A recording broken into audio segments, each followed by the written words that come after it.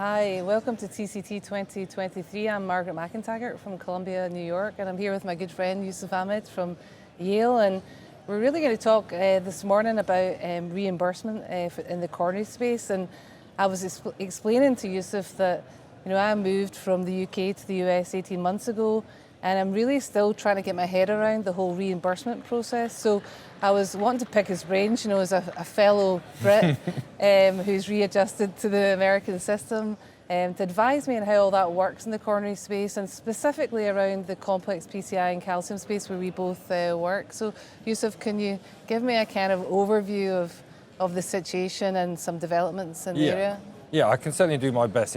As you said, I came from the NHS as well. So, the billing, coding, reimbursement things, I think can be a little bit bewildering. They can be a little bit confusing, particularly around, calcium modification and complex PCI. Over the last couple of years, we've had a new technology come in with IVL. And when a new technology comes in, it's not easy to sort of slot it into sort of the previous reimbursement and coding patterns. For IVL specifically, there were special breakthrough designation codes which were temporary. So what that meant was, until this sort of got resolved, we were able to use the technology to treat patients and get some level of reimbursement so that, the cost of the device, et cetera, was offset. Over the last, few months and going forward, another few months, there are going to be changes that these temporary codes that we were using before for IVL are going to be replaced by permanent codes, which are sort of tailored for the device. There's sort of two, buckets I think to think of. One is reimbursement for the facility, which comes with a DRG code, and one is sort of physician reimbursement. For IVL specifically, the new codes for the facilities come into effect from October, and the physician reimbursement is still under review, but is proposed for new reimbursement to come in from January. Okay.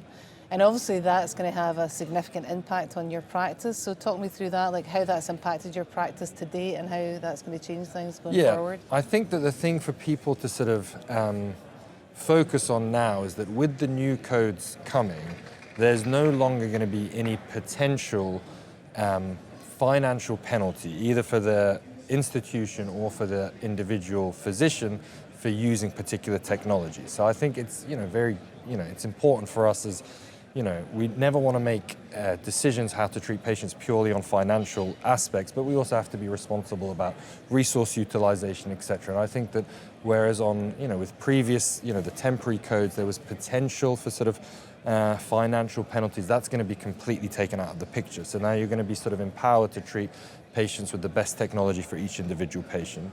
I think specifically, if you look at the codes that have come in for the DRGs for the institution, which are effective from October 1st, there are kind of two buckets. One is PCI with a stent, and one is PCI without a stent. And for both of those, with or without a stent, there's now a separate code for IVL. And the exact reimbursement will depend on your exact, geography, practice pattern, et cetera. But roughly, it's around an $8,000 uptick from PCI without IVL to with, and that's both for with and without stents. So it more than offsets the cost of the balloons, and I think the pricing was decided when they looked at all the cases. IVL cases tend to be more complex. We often use other equipment. Patients are often sicker, and so that's all built into sort of this bundle price. Yeah, it's interesting. One of the other areas where I interface with it was around the CTO space, so not that infrequently we'll have cases where you open the CTO, you use a lot of expensive equipment, sometimes including IVL, but then you elect not to stent the vessel at the end, and I really had to really rethink about how I was approaching those cases. And it is, you don't want to be making decisions about how you ultimately manage your patient based on what the financial situation with technology is. Yeah, we had an interesting situation in the UK. If we go back, I suppose, IVL history, when we first got IVL available in the UK, we had it on the shelf and then they took it away, because they realised how useful it was going to be and how much we were going to use it.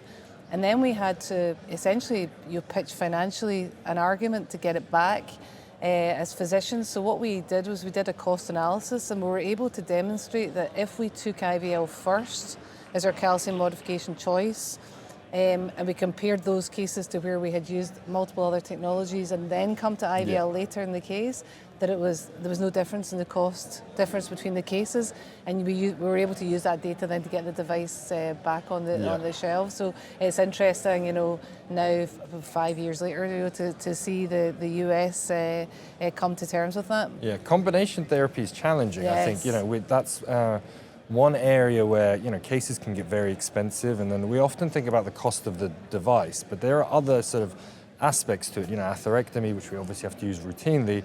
There's microcatheters, trapping balloons, guide extensions, etc.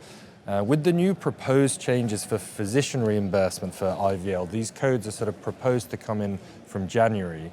They're sort of agnostic to any other therapy that you've used. So whereas, you know, reimbursement in the US for other technologies like atherectomy, it's bundled in with PCI for the physicians. With the new IVL codes, it will be additive. So let's say you do a CTO and you use IVL, you'll get reimbursed for the CTO, and then you'll get, you know, an extra code that you can add to that for IVL. And it's the same for atherectomy. So I think for us doing a lot of, you know, combination cases where you need to use atherectomy up front, but then you might add IVL for extra modification, that's now not going to be sort of punitive, and it's not going to be financially, you know, something that you want to shy away from, because it's going to be, you know, encompassed in the new codes that it's an add-on. So you bill for the atherectomy as part of the PCI, and then you'll also be able to bill for the IVL.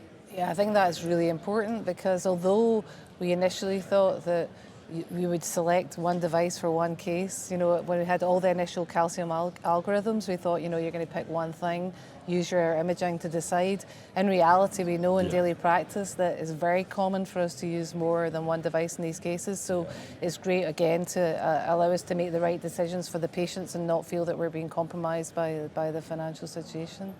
Well, listen, that's enormously helpful. It really helps me understand where we've been and where we're going with the reimbursement process. So thanks very much for your insight, and I'll be back to pick your brains about other transitional issues that come up along the way.